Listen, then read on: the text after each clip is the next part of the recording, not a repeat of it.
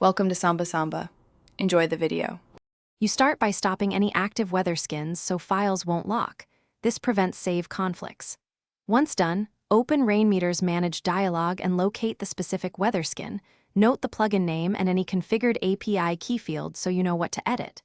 Make sure you have the correct provider info, a WOID, city ID, or lat/long. This matters because many skins expect a specific location format. If you supply the wrong type, the data fetch will silently fail. Next, open the skins. Inai and find the measure sections that call the web provider.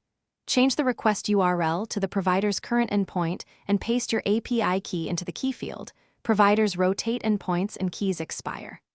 Also set units, metric versus imperial, and any query parameters like language or count.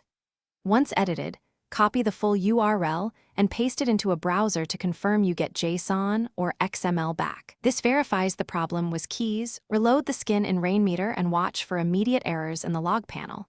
HTTP 401 means key issues, 404 means wrong endpoint, and parse errors show format mismatch.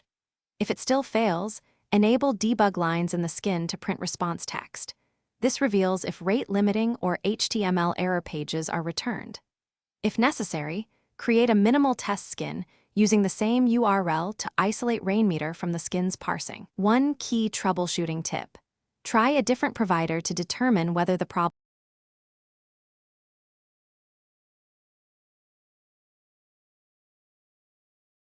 Thanks for watching. Consider subscribing if we helped you.